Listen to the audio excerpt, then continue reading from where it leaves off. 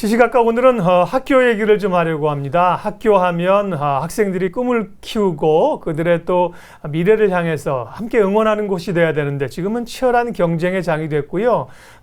상당한 스트레스를 받는 곳이 됐죠.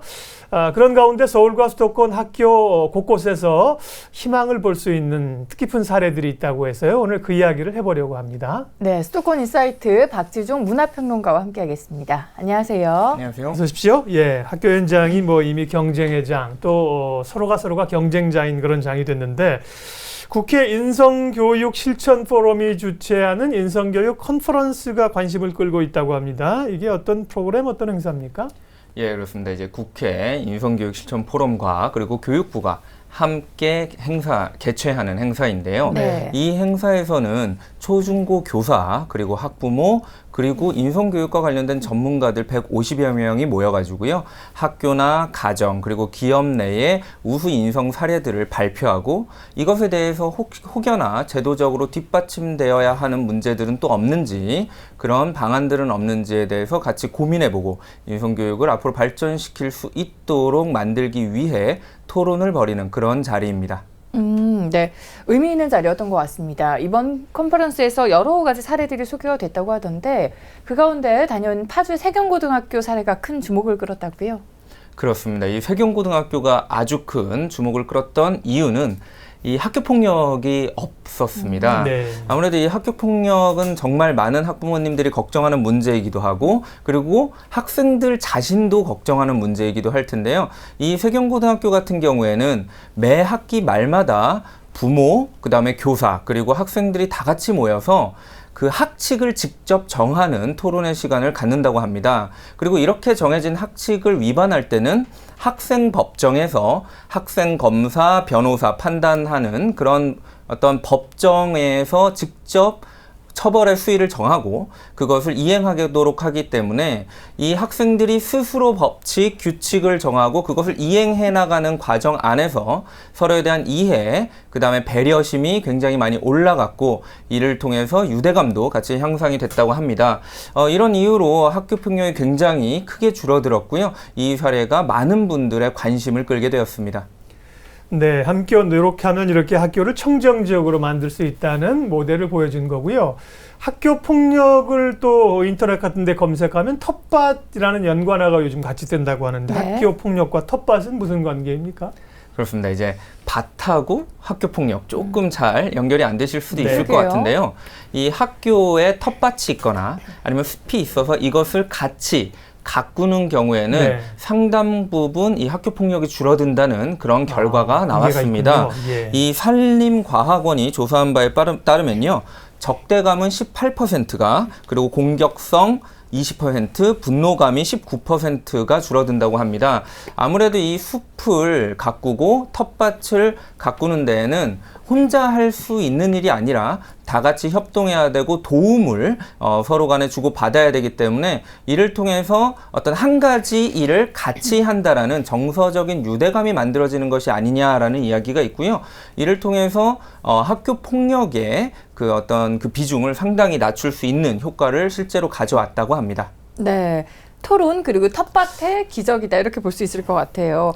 앞서 살펴본 두 가지 사례로 학교 폭력의 해법을 찾아본다면 뭐라고 생각하시나요? 사실 이 두 가지 사례를 핵심 부분만 떨어뜨려 놓고 보면 거기에 존재하는 건 배려와 존중이거든요. 그러니까 서로 규칙을 어떻게 만들어 나갈 것인가에 대해서 같이 이야기를 나누고 또 학생들이 스스로 판단을 내리고 어떤 처벌 수위를 정하는 이런 모습들, 그 다음에 텃밭을 가꾸면서 서로 간에 어떤 협동하고 대화를 나누고 우리 어떻게 해볼까 의견을 나누는 모든 행위들이 쉽게 얘기하면 서로 존중하고 배려하기 때문에 남의 의견을 묻고 남과 같이 하려는 그런 모습 때문에 만들어진 거거든요. 즉 이러한 어떤 배려와 존중을 통해서 소통이 이루어지고 그리고 이 소통이 이루어지면 서로 간의 유대감이 늘어난다고 볼 수 있는 것이겠죠. 바로 이것이 학교 폭력을 가장 많이 줄일 수 있었던 그런 한 가지 이유라고 여겨지고요. 반대로 그렇기 때문에 지금 우리에게 좀 부족한 것이 이런 존중과 배려, 소통이 아닌가라는 생각을 해볼 수 있을 것 같습니다. 네. 꼭 뭐 텃밭을 만드는 게 맞는 건 아니겠죠. 말씀하신 것처럼 배려와 존중할 수 있는 방법을 찾는 게 중요한데 나름의 다양한 방법이 있을 거예요. 예, 컨퍼런스 얘기를 좀 더 해보면요. 경기도 양평군의 사례도 주목을 받고 있다고 하는데요. 그렇습니다. 이 지평고등학교 사례인데요. 네. 청소년 카페를 만들었거든요. 네. 이 학부모님들, 초중고 학부모님들 한 50분께서 직접 돈을 모으셔가지고 학교 인근에 건물을 임대하셔서 거의 6개월 동안이나 학부모님들께서 직접 꾸미셔서 이렇게 카페를 만드셨다고 해요. 그래서 이 카페에서는 평일에는 이제 어머님들이 가셔서 아이들의 간식을 좀 만들어 주시고요. 네. 그다음에 주말에는 아버님들이 어떤 전문 직종의 일을 하실 테니까 그 분야에 대한 교육을 해주는 식으로 아이들이 같이 교류할 수 있는 그런 공간을 만드셨다고 합니다. 이 공간이 만들어짐으로 인해서 방과 후에 갈 곳이 없었던 그런 아이들이 어때 좀 가서 쉴 수 있는 그런 공간이 마련이 됐고요. 또 거기에 계시는 분들이 다 내 친구의 부모님이고 그 다음에 나와 관계 있는 사람의 또 부모님 혹은 친구들이기 때문에 이를 통해서 서로 간의 유대감도 역시 또 올라갔다고 볼 수 있을 것 같습니다. 이를 통해서 학교 폭력이라든지 이런 것들이 굉장히 줄어들고 그 안에서 가족과 아이들 사이에도 많은 유대감이 형성된 것으로 보여서요. 굉장히 주목할 만한 사례라고 여겨집니다. 네, 정말 아이들에게 좋은 공간을 만들어준 네. 학부모님들의 아이디어, 그 노력이 정말 대단하시다. 그러네요. 네, 네. 생각이 드네요. 인성교육진흥법에 대한 이야기를 하고 있습니다. 할 텐데 인성교육진흥법의 최종 목표라고 하면 이제 인성 함양이 어느 정도가 돼서 아예 법이 폐지가 되는 거 아니겠습니까? 네, 이 같은 모범 사례들이 더 많이 나오고 또 알려져서 큰 원동력이 되길 바라는 마음입니다. 네. 이번에는 경기도 이천으로 가보도록 할게요. 이천의 한 여자 축구부가 큰 화제를 모으고 있어요. 그렇습니다. 이 이천의 율면중의 축구부 이야기인데요. 사실 이 학교에 축구부가 생긴 이유가 학교의 구성원이 너무 없어져서 학교가 폐교에 될 어떤 그런 위기에 이제 처했던 거죠. 네. 그래서 이제 축구부를 만들어서 이제 학생들을 모으기 시작을 했는데 아무래도 그런 이유이기 때문에 정말 능력이 있고 실력이 있고 이미 인정받은 그런 학생들이 모인 학교는 아니었습니다. 아무래도 그러다 보니까 이 축구부의 실력이 그렇게 뛰어나진 못했고요. 무려 32전 32패를 거듭하고 있던 학교였습니다. 네. 그리고 이 학생들은 또 굉장히 어려운 환경에서 이렇게 열심히 운동하던 그런 친구들이었거든요. 근데도 이제 계속 패전을 거듭하다 보니까 아이들도 많이 힘들었나 봐요. 근데 그런 어려움 속에서도 이렇게 지소연 씨라든지 네. 아니면 마누엘 노이어처럼 이렇게 유럽의 아주 대단한 스타 플레이어들을 보면서 우리도 한번 해보자라는 의지를 가지고 계속 뛴 결과 마침내 1승을 거뒀습니다. 이 32전 32패 이후에 거둔 1승이고 아주 좋은 환경이 아니라 어려운 환경에서 노력과 그리고 의지로 이뤄낸 성과이기 때문에 그 1승이 굉장히 귀중하게 여겨지고 있습니다. 네. 우승한 건 아니군요. 1승을 드디어 한 거군요. 그렇습니다. 그래도 그게 기쁜 거죠. 네. 이뤄냈다는 이 성취감이 얼마나 크겠어요. 네. 지소연 선수 얘기하셨는데 뭐 G메시 이렇게 불리는 지소연 선수 아니에요? 네. 또 마누엘 노이어 이 선수는 저는 잘 모르는데 이분들하고 관련이 있어요? 이분들이 어떤 모델이 되는 건가요? 학생들에게? 그 학생들에게 이제 네. 지소연 씨 같은 경우에는 어떤 어려운 환경을 극복하고 성공해낸 축구 선수의 네. 이미지로서 아주 우상이 된 것 같습니다. 이 지소연 씨도 우리야 지금은 아주 대단한 어떤 선수로서 인식을 하고 있고 지메시라고 불리우잖아요. 그리고 실제로 뛰는 것도 지금 잉글랜드 첼시라는 아주 엄청난 네. 그 팀에서 뛰고 있는데요. 근데 사실 이분도 굉장히 어려운 시절을 많이 겪었다고 합니다. 그 부모님께서 이혼을 하셨고 어머니가 혼자 키우셨는데 또 어머니가 지병이 있으셔서 굉장히 힘든 상황에서 축구를 했다고 합니다. 그런데도 열심히 결국 축구를 통해서 자기의 어떤 목표를 이뤄냈기 때문에 아이들의 굉장히 큰 귀감이 됐던 것으로 보이고요. 마누엘 노이어 같은 선수는 2014년도 독일이 이제 월드컵에서 우승을 하지 않았습니까? 그때의 피파 선정 베스트 11에 뽑힌 아주 대단한 축구 선수입니다. 네. 골키퍼를 맡고 있는데요.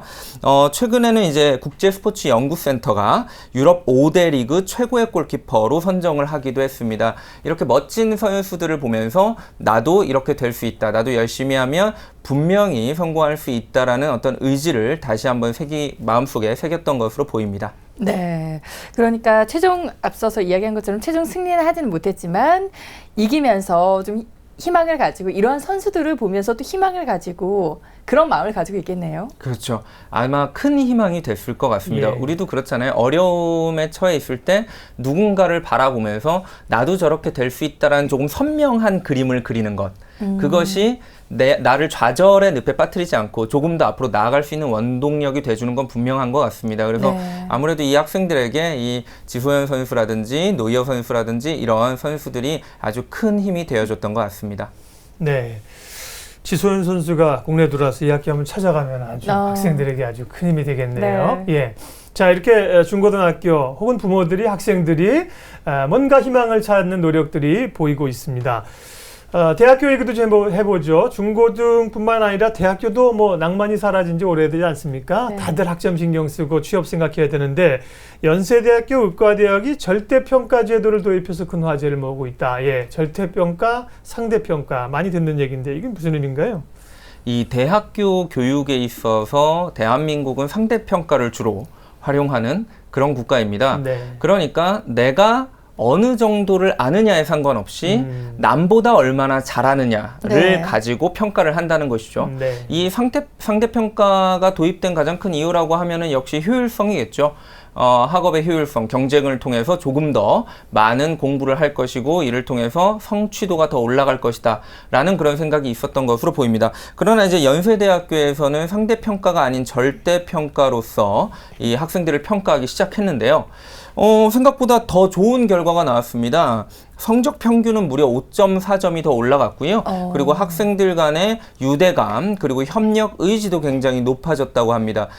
상대평가의 장점으로 여겨졌던 어떤 학업 효율성 측면에서 사실은 절대평가가 상대평가에 뒤지지 않는다라는 하나의 증거가 만들어진 것이 아닐까라는 생각이 듭니다.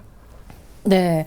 뭐 처음에 절대평가를 도입을 하자고 했을 때 학내 감론 을박이 상당했을 것 같은데 그럼에도 불구하고 절대평가를 선택하게 된 어떤 특별한 이유가 있었을 것 같아요.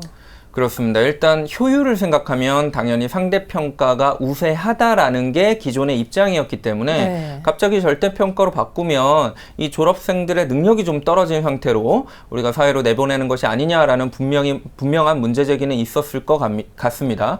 그런데도 불구하고 어째서 연세대가 이 절대평가로 바꿨느냐라고 한다면 이 무의미한 경쟁교육을 좀 줄이고 환자의 아픔과 환자의 사정을 정말 진심으로 이해할 수 있는 그런 어떤 의사를 만들어야 되지 않겠느냐. 즉 상대를 경쟁 위주, 경쟁의 대상으로 보는 것이 아니라 서로 같이 나누어야 되는 그런 대상으로 바라보는 교육이 실시되어야 되는 것이 아니냐란 그런 의견이 있었던 것이고요. 그래서 상대평가에서 절대평가로 어떤 평가 체제를 바꾸게 된 것으로 보입니다. 네. 상대평가라고 하는 것은 그러니까 아무리 잘해도 A를 줄 수 있는 학생 수가 정해져 있는 거죠. 그런데 이제 절대평가는 잘하면 다 잘 줄 수 있는 거예요. 네. 못하면 또 못 줄 수 있는 건데 그러니까 긍정적으로 평가를 하면서 잘하게 북돋을 수 있지만 그렇지만 사실 이제 외부에서 봤을 때 점수가 다 높다 그러면 어떻게 평가하느냐 이런 문제점도 사실은 있거든요. 그러니까 이제 상대평가를 고집하는 건데 네. 연세대 의대의 이 절대평가 도입 이런 것들이 우리 사회에 미치는 파장 다른 쪽으로 좀 확산될 수 있는 효과 기대해 볼 수 있을까요? 사실 이 상대평가라는 게 네. 글쎄요. 가만히 따지고 보면 교육의 목적이라는 것이 너는 누구보다 잘해야 된다는 아니거든요. 이 교육의 목적은 말 그대로 자, 이 정도의 내용을 당신이 알아야 됩니다. 라는 거거든요. 그래서 교육이라는 것이 만약에 상대평가가 되어버린다라고 하면 내가 알아야 될 수준에 미치지 못했는데도 남들보다 잘했다는 이유로 굉장히 높은 등급을 받을 수도 있고요. 그렇죠. 심지어는 내가 정말 내가 알아야 될 부분을 다 알고 그 이상에 도달했는데도 불구하고 굉장히 낮은 등급을 받을 수도 있거든요. 이것이 바로 상대평가의 좀 맹점이라고 여겨집니다.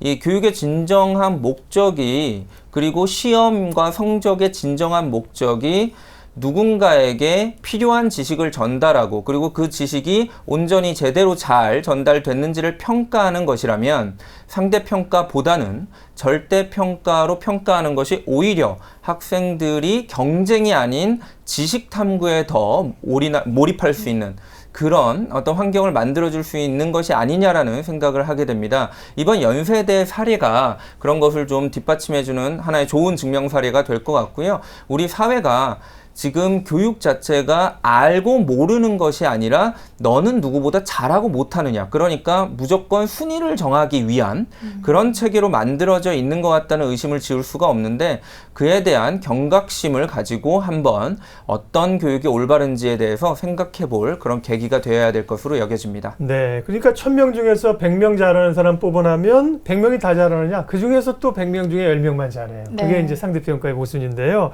오늘 학교 현장의 희망을 얘기했습니다. 물론 중고등학교의 좋은 사례들, 대학교, 연세대학교 얘기를 했지만 그 거대한 벽이 있습니다. 사실은 굉장히 일부의 얘기를 우리가 한 거잖아요. 학교 현장에서의 경쟁, 경직성, 대학의 문화 이런 걸 깨기 위한 노력들이 지금부터라도 말씀하신 것들로 해서 시작이 됐으면 하는 바람입니다. 네, 오늘은 박지종 평론가와 이야기 나눠봤습니다. 오늘 돈 말씀 고맙습니다. 고맙습니다. 감사합니다.